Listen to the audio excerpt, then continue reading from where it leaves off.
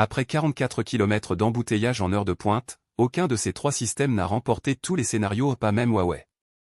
Voilà le problème avec le marketing de l'ADAS, chaque constructeur vous montre sa meilleure compilation.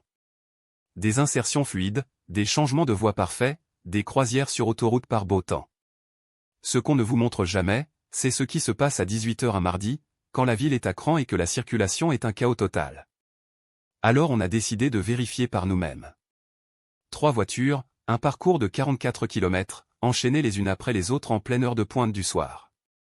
Les protagonistes, la ITO M7 2026 avec Huawei ADS3, la Li Auto i8, et la Xpeng P7 avec la nouvelle architecture VLA. J'irais même jusqu'à dire que c'est le comparatif ADAS le plus intéressant qu'on puisse faire en ce moment en Chine parce que ces trois marques ont adopté des approches philosophiques vraiment différentes face au même problème. Huawei mise sur une fusion de capteurs bruts et une pile de calcul propriétaire colossale. Le VLA de Xpeng est essentiellement un modèle vision langage action, dans le même esprit que ce que Tesla fait avec le FSD. Et Li Auto se situe quelque part entre les deux, en privilégiant le confort et la prévisibilité plutôt que l'ambition pure. Le parcours comportait 4 sections bien distinctes, des carrefours urbains avec feux de signalisation, un tronçon sur périphérique surélevé, des ruelles étroites de la vieille ville, et un parking souterrain. Chaque section était conçue pour mettre en lumière une faiblesse différente. Passons-les en revue. Les deux premières sections et les intersections en ville et le périphérique surélevé sont celles où la plupart des conducteurs passent l'essentiel de leur trajet, et je leur ai donc accordé un poids important dans mon évaluation. Sur le test des intersections urbaines, les trois systèmes ont géré correctement les arrêts au feu vert et les files d'attente classiques. Mais les moments révélateurs sont venus lors des virages sans priorité claire et aux intersections où un scooter ou un piéton surgissait au dernier moment. Huawei ADS s'est montré le plus décidé dans ces situations. Il s'engageait dans des créneaux que les deux autres hésitaient à saisir, et il anticipait les changements de phase des feux plus vite que je ne l'aurais prévu plus vite, franchement, que moi au volant.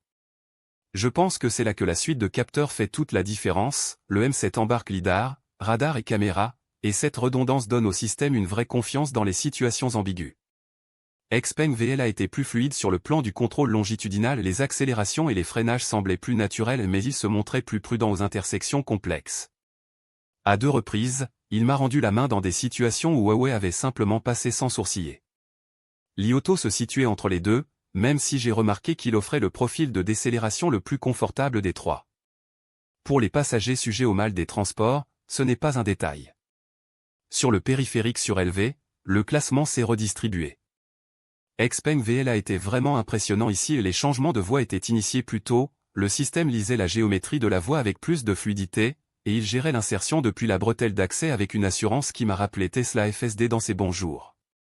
Huawei était compétent, mais légèrement plus mécanique dans l'exécution de ces changements de voie. Li Auto, je serai honnête, était le plus faible sur autoroute. Il s'en sortait, mais on avait l'impression d'un système optimisé pour autre chose. C'est là que le test est devenu vraiment intéressant et que mes prédictions initiales se sont révélées fausses. Avant de commencer, je pensais que Huawei dominerait la section en vieille ville, avec ses ruelles étroites. Haute densité de capteurs, puissance de calcul imposante, le système devrait être capable de se faufiler dans un passage de 2 mètres mieux que n'importe qui. Eh bien, je me suis trompé.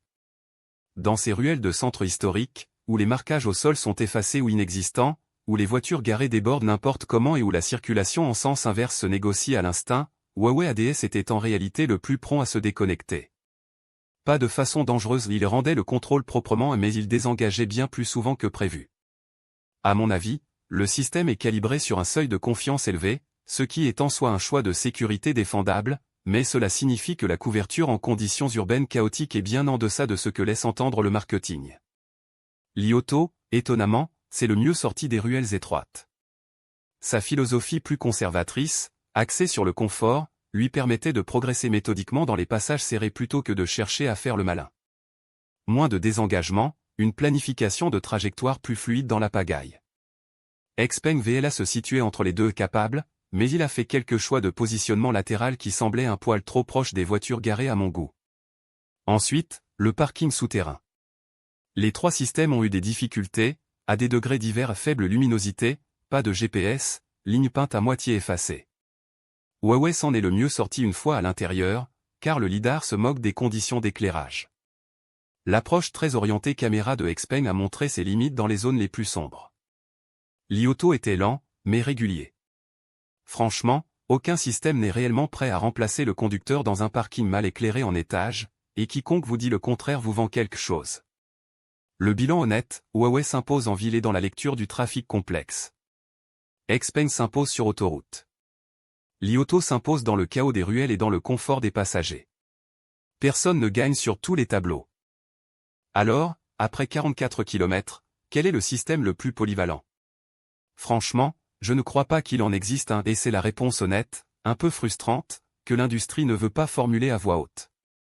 Si je devais choisir un seul système pour un conducteur qui alterne ville et autoroute au quotidien et cherche le plafond le plus élevé, je choisirais le Huawei ADS.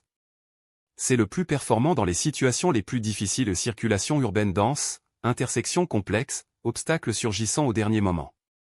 Mais il faut accepter qu'il rende le contrôle plus souvent dans les cas limites, et l'Aito M7 reste un grand véhicule qui ne convient pas à tout le monde. Si vous faites surtout de l'autoroute et que vous voulez l'expérience la plus proche de Tesla fluide, vision en priorité, vraiment agréable sur les longs trajets, le Xpeng VLA sur la P7 est convaincant. C'est le système qui donnait le plus l'impression de progresser en temps réel, ce qui se comprend au vu de son architecture. Et si vous avez une famille, que vous privilégiez la prévisibilité à la performance pure, et que vous circulez souvent dans des quartiers anciens, l'approche de Li Auto est sous-estimée. Elle ne vous éblouira pas, mais elle n'inquiétera pas non plus vos passagers. Ce que ce test me semble démontrer clairement, c'est que l'écart entre ces systèmes chinois et ce que Tesla FSD propose en Occident s'est essentiellement comblé et dans certains scénarios urbains, ces voitures sont en avance. C'est une phrase que je n'aurais pas prononcée il y a 2 ans, et je pense que les acheteurs occidentaux vont très bientôt commencer à ressentir ce décalage. Dites-moi en commentaire quel système vous choisiriez et si vous pensez que je me suis trompé sur le résultat en voie étroite, je suis sincèrement preneur de vos arguments. Si vous pensez que j'ai mal classé certains systèmes en voie étroite ou si vous avez vous-même conduit l'un d'entre eux, dites-le en commentaire. Je lis tout. Et si vous voulez voir le duel autoroute en tête-à-tête entre le VLA de Xpeng et l'ADS de Huawei, abonnez-vous pour ne pas rater ça.